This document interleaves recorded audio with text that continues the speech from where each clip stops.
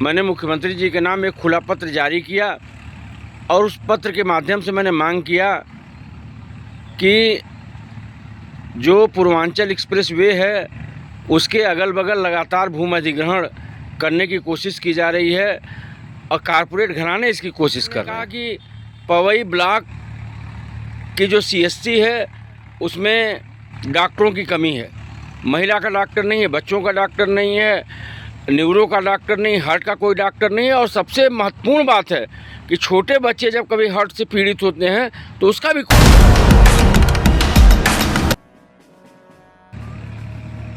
साथियों, मैं वीरेंद्र यादव, महासचिव पूर्वांचल किसान यूनियन। आज मुख्यमंत्री जी हमारे ज़िले में थे। हम लोग जो है अपने ज़िले की तरफ से आपका सम्मान करते हैं, स्वागत करते हैं। लेकिन कल मैंने जिलाधिकारी महोदय आजमगढ़ से मिल करके यह मांग किया था कि पूर्वांचल किसान यूनियन के पदाधिकारी और किसान आपसे मिलना चाहते हैं। लेकिन माननीय मुख्यमंत्री जी आजमगढ़ आए और सुबह से ही एलआईयू और आईबी के लोगों ने मुझे फ़ोन पर बताया कि जो आपने मांग किया था कि मुख्यमंत्री जी से आप मिलना चाहते हैं, तो मुख्यमंत्री जी का बहुत बिजी शेड्यूल है, मुलाकात नहीं होगी।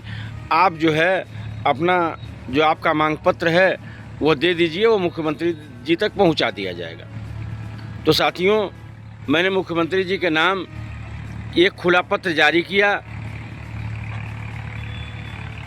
मैंने मुख्यमंत्री जी के नाम एक खुला पत्र जारी किया और उस पत्र के माध्यम से मैंने मांग किया कि जो पूर्वांचल एक्सप्रेस वे है उसके अगल बगल लगातार भूमि अधिग्रहण करने की कोशिश की जा रही है और कारपोरेट घराने इसकी कोशिश कर रहे हैं।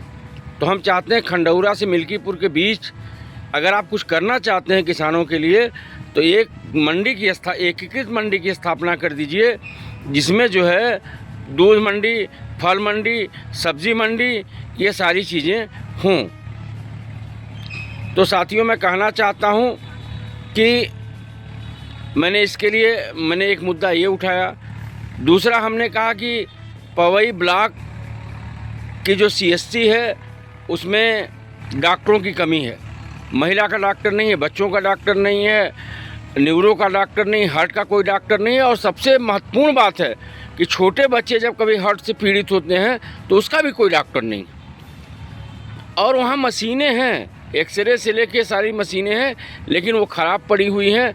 मैं आज अपने पत्र के माध्यम से ये बात जो है ये कहा कि इन मशीनों को मतलब ठीक किया जाए ताकि पवई के इर्द गिर्द जो पिछड़ा इलाका है उसके लोग मतलब उस क्षेत्र के लोगों का इलाज हो सके।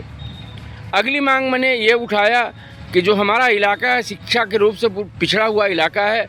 हमने मुख्यमंत्री जी से अपील किया कि खंडौरा से लेकर के बलईपुर से लेकर पवई के बीच एक राजकीय पीजी कॉलेज बनाया जाए। यहाँ जो प्राइवेट स्कूल हैं वो लूट करते हैं, बड़ी बड़ी फीसें लेते हैं और गरीब आदमी का बच्चा यहाँ पढ़ नहीं पाता है। तो हम आपसे मांग करते हैं कि यहाँ एक पीजी कॉलेज की स्थापना किया जाए। इसके बाद हमने फूलपुर ट्रामा सेंटर का मुद्दा उठाया। हमने अपने पत्र में हमने कहा कि फूलपुर का जो ट्रामा सेंटर है वह पूरी तरह से बंद है। उस ट्रामा सेंटर में फूलपुर की सामुदायिक स्वास्थ्य केंद्र चल रहा है, यानी सीएससी फूलपुर चल रही, उसको जो है तत्काल ट्रामा सेंटर में बदल करके ट्रामा सेंटर का संचालन शुरू किया जाए।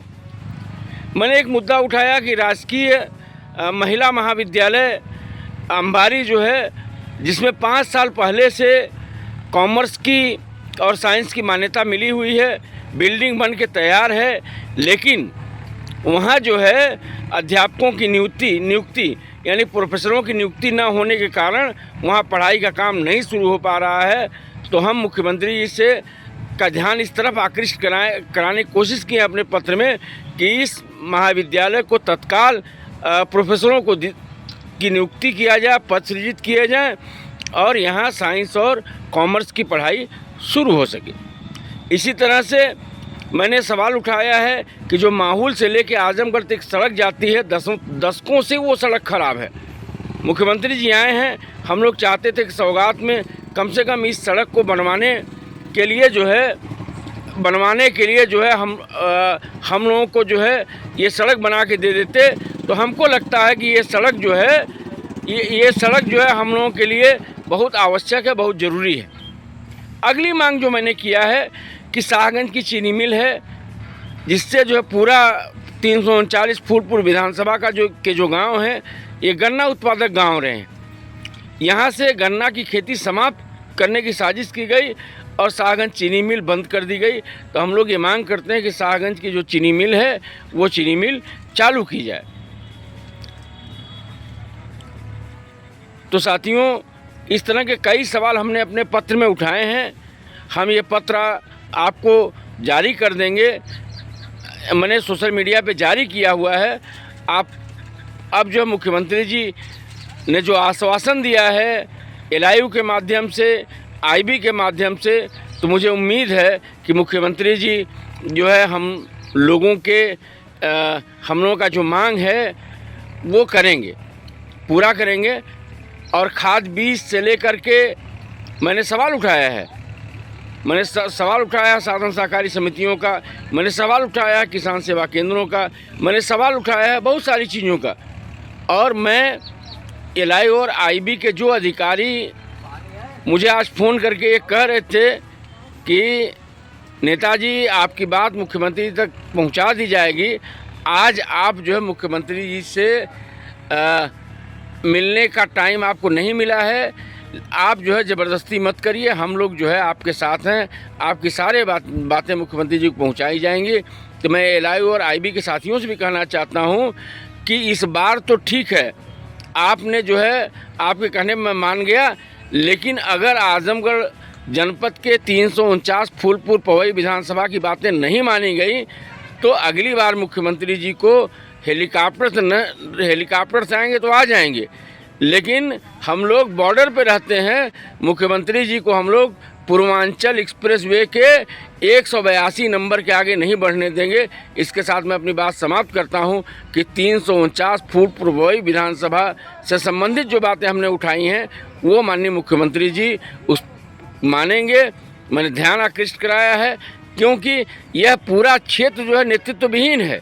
यहाँ न कोई विधायक है, न कोई जिला पंचायत है, न कोई क्षेत्र पंचायत है, न कोई प्रधान है, और जो लोग हैं भी वो सिस्टम के पार्ट हो गए हैं, वो सिस्टम के पार्ट हो गए हैं, वो जनता की आवाज़ नहीं उठाते हैं।